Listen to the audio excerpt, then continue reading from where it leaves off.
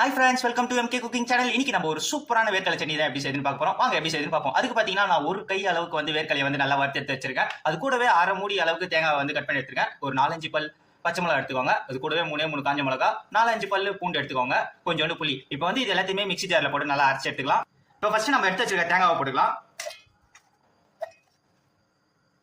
இது கூடவே பச்சை மிளகா, காஞ்ச மிளகா போட்டுக்கலாம். அது கூடவே பூண்டும் புளியும் போட்டுக்கலாம். இந்த சட்னியை பொறுத்த வரைக்கும் நீங்க காரம் கொஞ்சம் கம்மியாகவே போடுவாங்க. அப்பதான் டேஸ்ட் செம சூப்பரா இருக்கும். இப்போ நம்ம வறுத்த வேர்க்கடலையை எடுத்து போட்டாச்சு.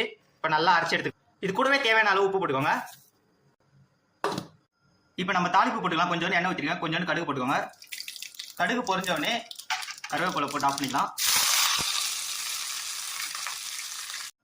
சூப்பரான வேர்க்கடலை சட்னி ரெடி ஆயிடுச்சு. நீங்களும் மறக்காம உங்க வீட்டில் ட்ரை பண்ணி பாருங்க. மறக்காம நம்ம சேனலை சப்ஸ்கிரைப் பண்ணிக்கோங்க. Bye bye friends.